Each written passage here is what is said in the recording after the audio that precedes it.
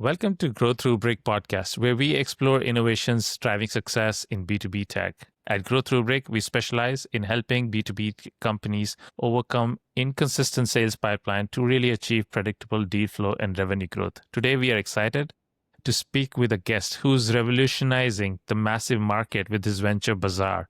And I'm eager to uncover their strategies for remarkable growth. Please welcome Alon. Hello, Nitin. Thank you very much for hosting me today. The pleasure is all mine, Alon. So tell us about yourself and Bazaar and your background. Yeah, so I'm Alon Shrier. I'm LA based. In the past 5 years, I've been building online brands. So this means like creating original products out of scratch, manufacturing in China, moving them to the United States, and selling them mostly on Amazon. It went quite well. One of the brands got acquired by a European wholesaler. And from there, I learned a lot about the world of procurement and wholesale procurement, more specifically. And I also learned the problems around procurement, which is the driving engine for this massive market. And when I understood that it is not only my problem, but also the industry problems, this is when me and my partner decided to co-found Bazaar.ai and work around problems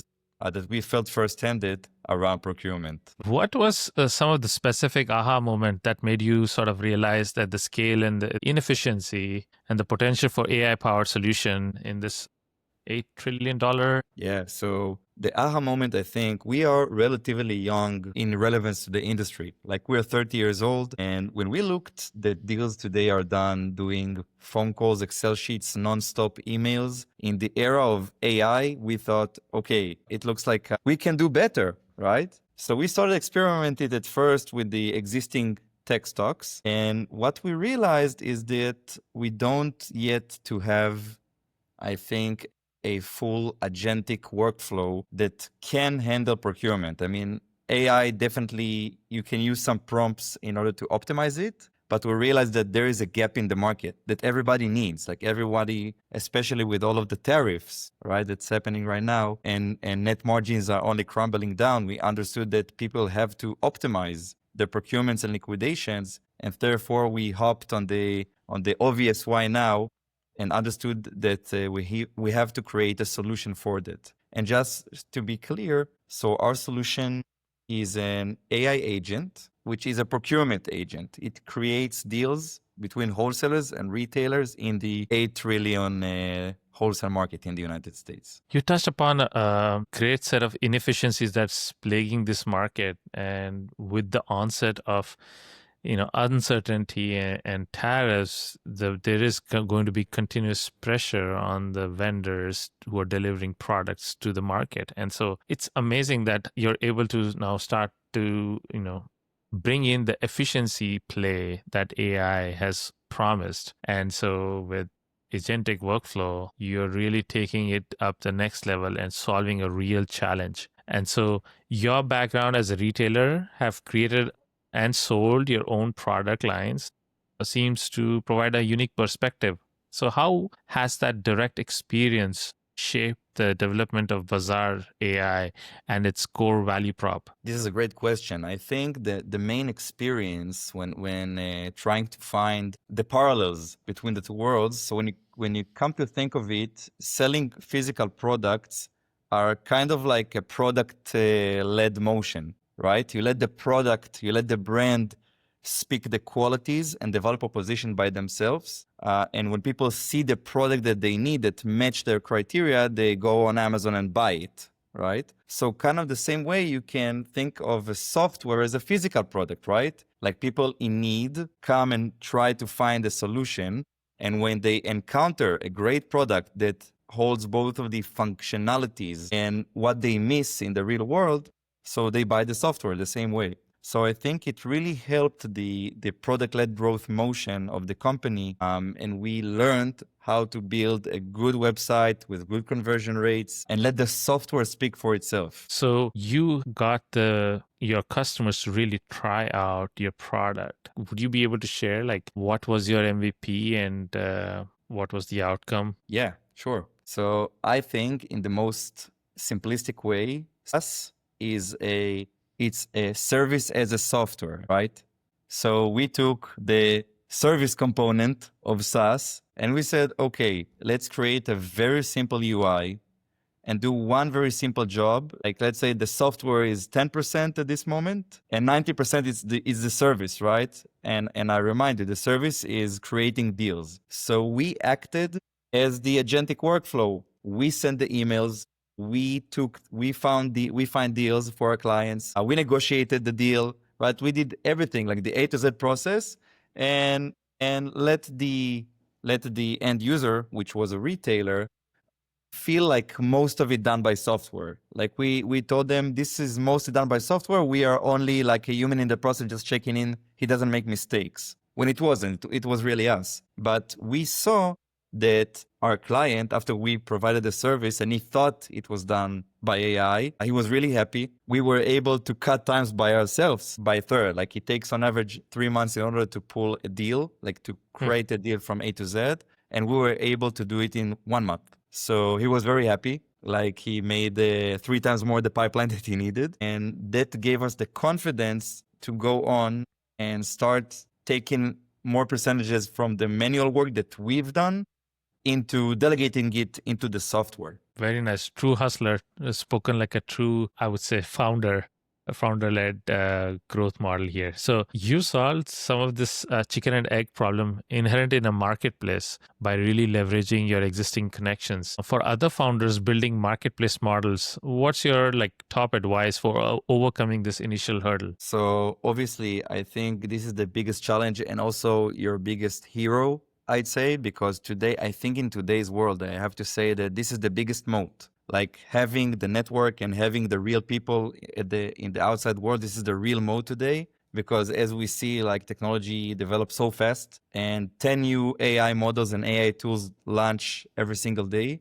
So you better, I am a real believer in the marketplace model. And inside of that, as you mentioned, right, it's how you build the two sides. So first of all, and it's the most simple answer, you have to consolidate one of the sides, like focus and on getting 1, 2, 3 of the supply side so they get the real impact. And how do you get them? So basically, if you don't have any past connections like we did because of our time in the industry, so the best thing I would do, and I use it in other contexts, but it applies. You always want to find people that you have already some of a mutual connection other than the actual need from the person. So for example, and I'll share a specific use case. I'm Jewish, okay? And I have a mantra, like whenever I need to, to, let's say, to find a specific contact. So I start with, let's say, find the Jew, right? I know the Jewish names and I go by LinkedIn, like my name's Alon. It's a very common Jewish name.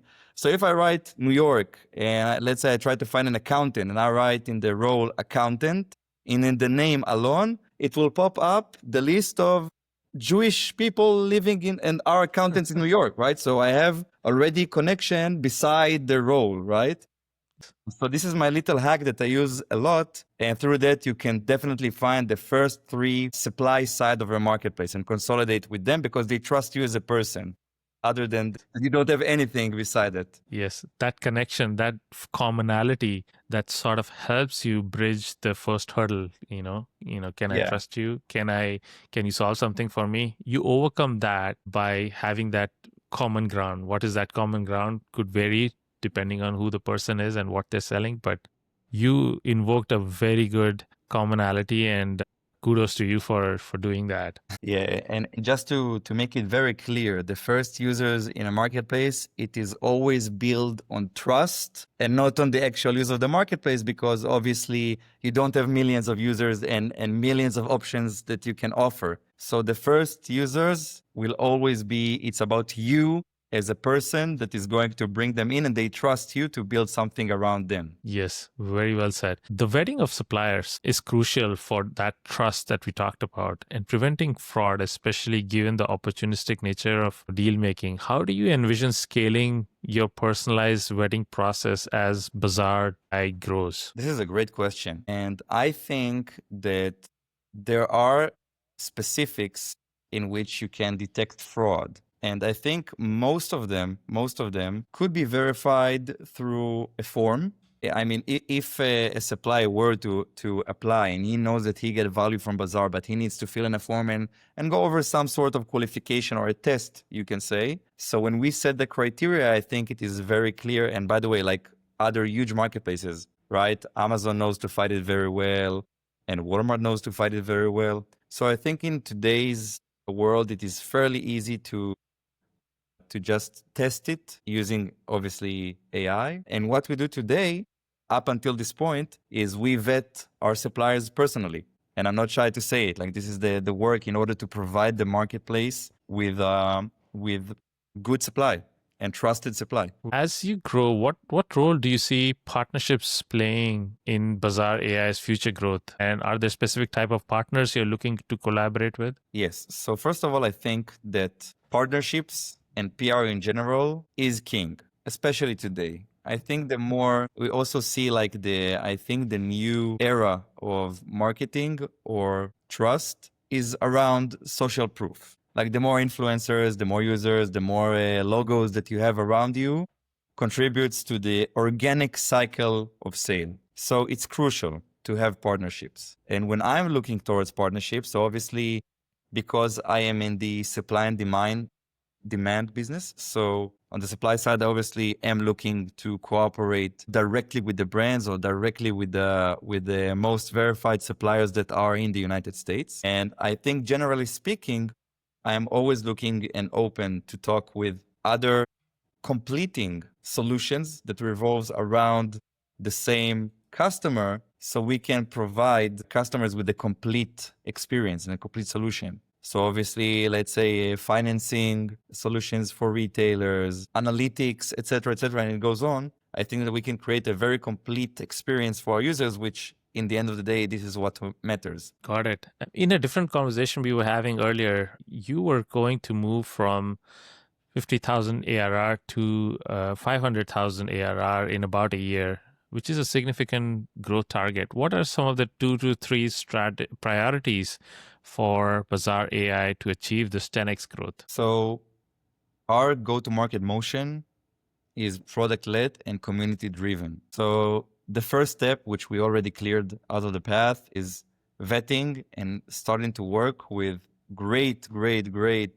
distributors that supply the market maker, let's say, the agent, with qualified, amazing deals, like exclusive deals on the platform. The second part is make it community-driven. So we are working with, we call them ambassadors of the product. They are community leaders that they found Bazaar AI useful for their communities that will help their retailers grow. And with us, they lead them and use our product. And this is going to be, because we made now the product accessible through product-led motion, so they can drive them with a link and it's a self-onboarding. So this is the key change that will enable this 10x growth. Now, when the new retailers join in and we create new good deals for them that are profitable with the vetted products, and they have we hold the accountable for the deal, so they get a great experience. So it drives volume, which drives the flywheel, and now more volume brings in more supply because they want to get in the deal. And this flywheel is the strategy to grow at a 10x scale in 1 year.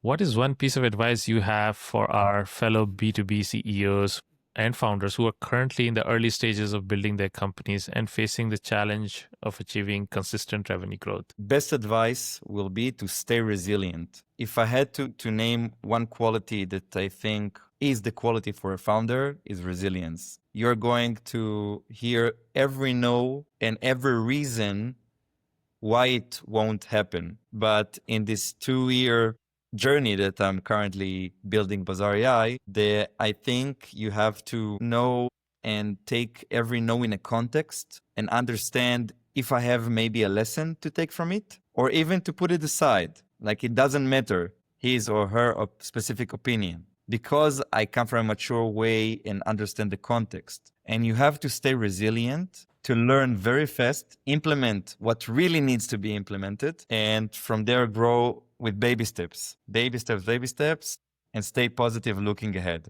You know what? I want to share a quick, a great analogy or phrase that I love. is that there's a reason why the rear mirror is way smaller than the front. It's because the past is way less matters than what's ahead of you. So I think this is a great analogy for driving. You always look ahead and just, check the back for hints, but not more than that. Don't focus overly on what's transpired and all the naysayers. Focus on the positive. Where can your customers find your company if they want to reach out? Amazing. The company name is Bazaar.ai, as you can see here beside my name. It's Bazarr.ai. I know it's also the name from Hindi, right? So Yes.